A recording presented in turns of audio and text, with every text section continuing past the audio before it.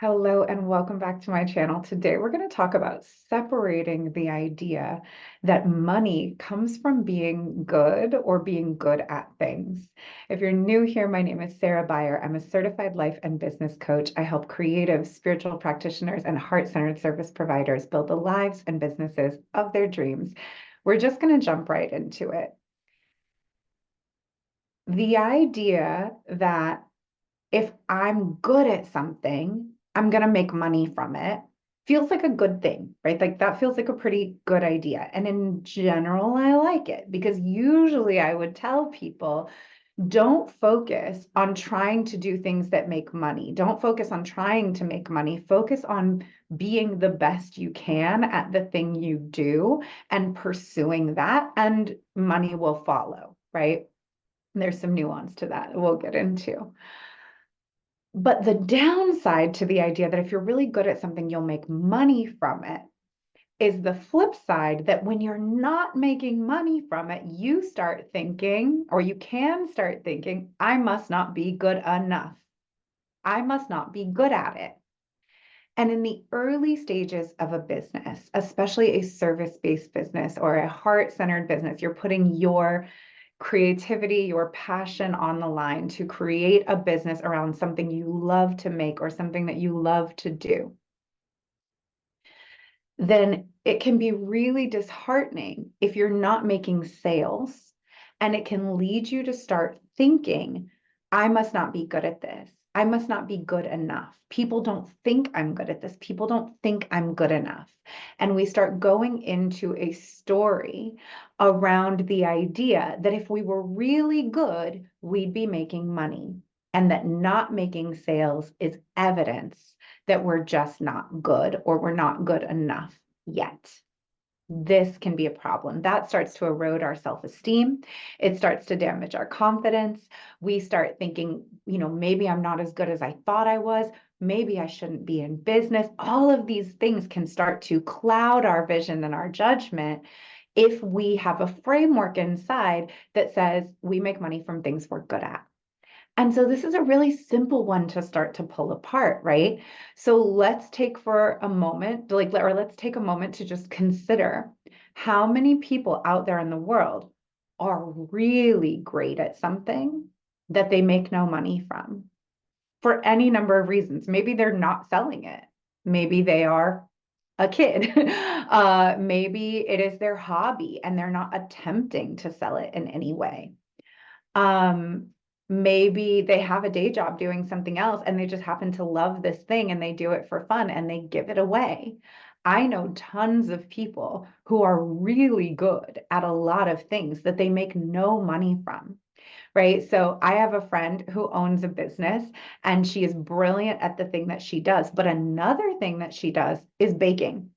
And she's an incredibly good baker. I'm always just drooling at her Instagram stories as she posts these beautiful, complex, designed loaves of bread that she's made, these gorgeous cakes that she's made, all these different really cool recipes that she's making. She doesn't make any money from that. She bakes at home for her family and for her friends when she has dinner parties because she loves baking. There are lots of things in your life, I bet you can think of right now, that you are very good at that you make no money from. And there's no part of you that thinks that because you don't make money from this thing, it means you're not good at it. You just know, yeah, I'm good at this thing. I'm not trying to sell it. That's why I'm not making any money at it. There are people out there who are amazing, say like dancers or singers or painters, and they are not attempting to monetize that skill. Also, there are people out there who we might see who we know are great at something, who are trying to make money from it, and they're not.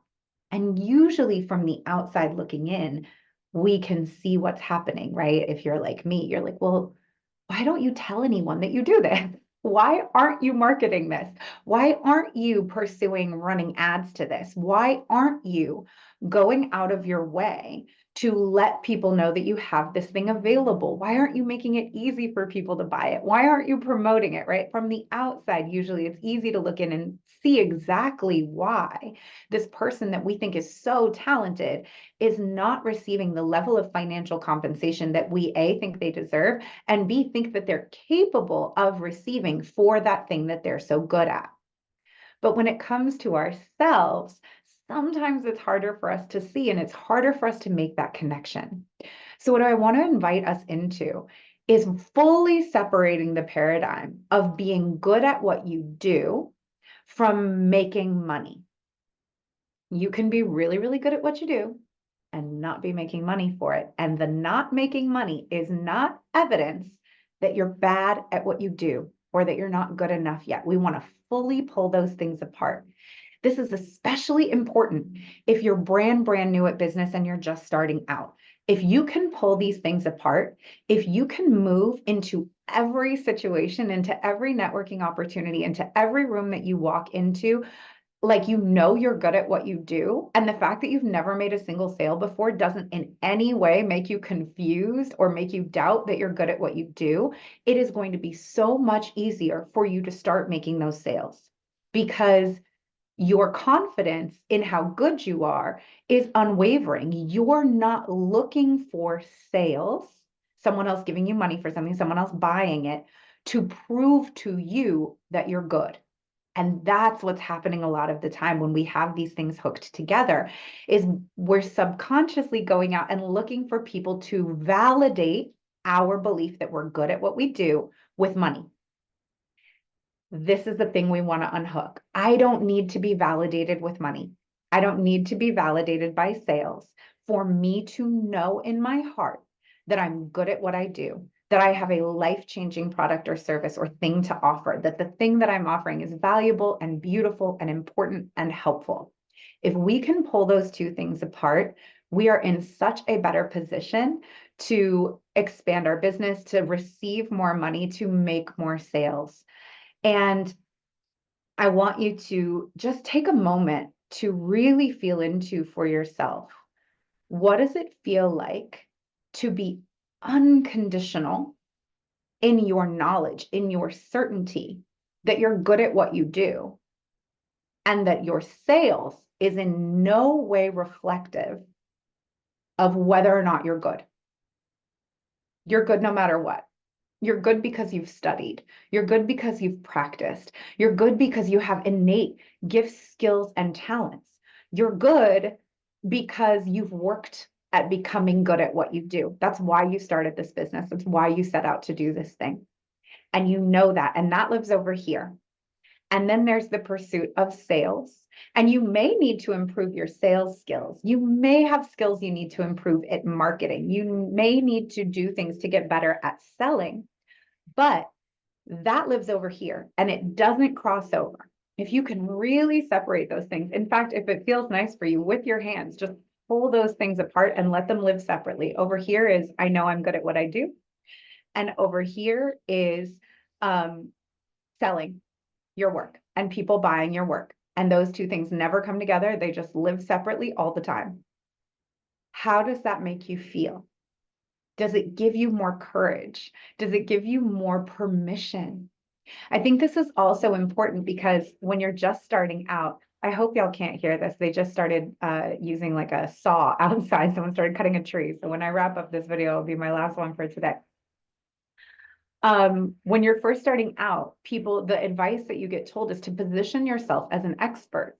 And I see people in my business group all the time saying, well, I can't position myself as an expert because I'm just starting. What does that have to do with anything? You're starting because you're an expert, right? Well, I can't position myself as an expert because I haven't made $100,000 in sales yet.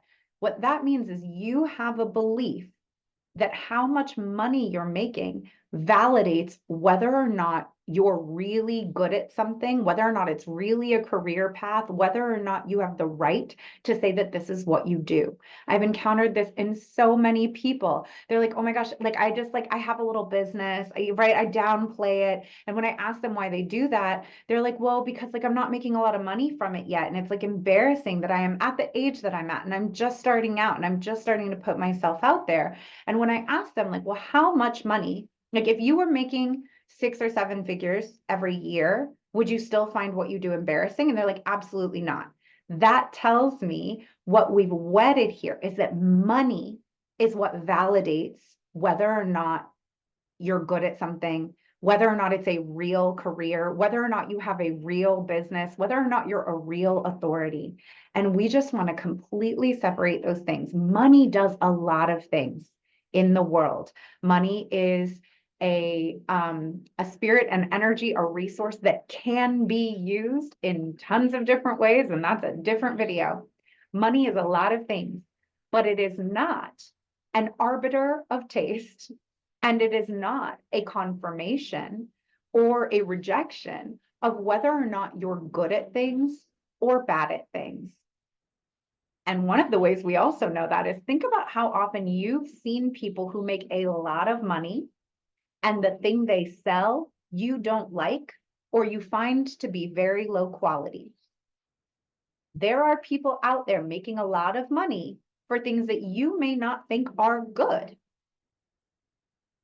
They're not making money because they are objectively good at the thing or because their product is objectively good. They're making money, A, because they have no blocks or limitations around their ability to receive that much money. And B, because they're selling, because they're marketing, because they're good at selling and marketing. They may be much better at selling and marketing than they are at the thing they do.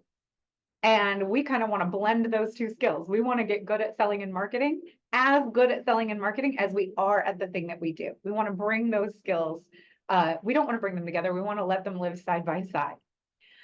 So when we can separate out this idea that being good at something inherently means you're going to make money from it, then we protect ourselves from the feeling that if we're not making money or we're not making money yet, that we should doubt our level of skill and that we should think that we're bad at something. Those two things do not need to go together.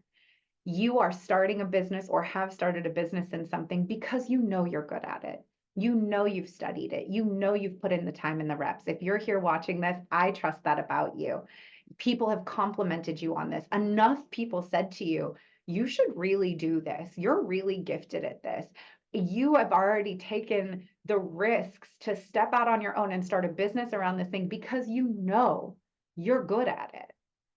So don't wrap it up with money in a way that may start causing you to doubt yourself and your expertise anytime the money dips.